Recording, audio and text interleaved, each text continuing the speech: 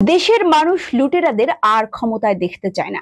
নীলফামারীর সংসদীয় আসনগুলোতে প্রার্থী ঘোষণা করলেন ইসলামী আন্দোলন বাংলাদেশের সিনিয়র নায়েবে আমির শাইখ চরমোনাই মুফতি সৈয়দ মোহাম্মদ ফয়জুল করিম। আরিফুজ্জামান আরিফের পাঠানো তথ্য ও ভিডিও চিত্রে JATVর ডেস্ক রিপোর্ট। সৈয়দ মোহাম্মদ ফয়জুল করিম বলেন, ফ্যাসিস্ট আওয়ামী লীগ 15.5 বছরে এ দেশ লুট করেছে, খুন ও গুম করেছে, জুলুম করেছে। তারা সন্ত্রাসী কার্যকলাপ চালিয়েছে, গরিবের টাকা মেরে বিদেশে পাচার করেছে। তাদের আর এই দেশে ঠাঁই হবে না।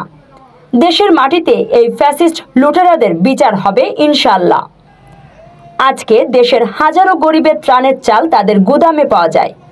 গরিবের চাল যারা খাদ্য গুদামে বোঝাই করে রাখে, গরিবের হক যারা মেরে খায়, বাংলাদেশের মানুষ আর তাদের দ্বিতীয়বার ক্ষমতায় দেখতে চায় না। যোগ করেন ইসলামী আন্দোলনের অন্যতম শীর্ষ এই নেতা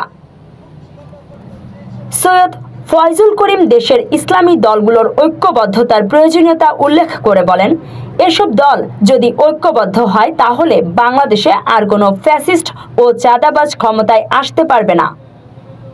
ইসলামী দলগুলো ঐক্যবদ্ধভাবে নির্বাচন করলে এ দেশে ইসলামী ও কল্যাণ রাষ্ট্র প্রতিষ্ঠা করা সম্ভব। এজন্য আমাদের ঐক্যবদ্ধভাবে সংগ্রাম ও লড়াই করতে হবে। জনসমাবেশে নীলফামারীর 4টি আসনের মধ্যে 3টি আসনের প্রার্থীর নাম ঘোষণা করেন মুফতি সৈয়দ মোহাম্মদ ফয়জুল করিম।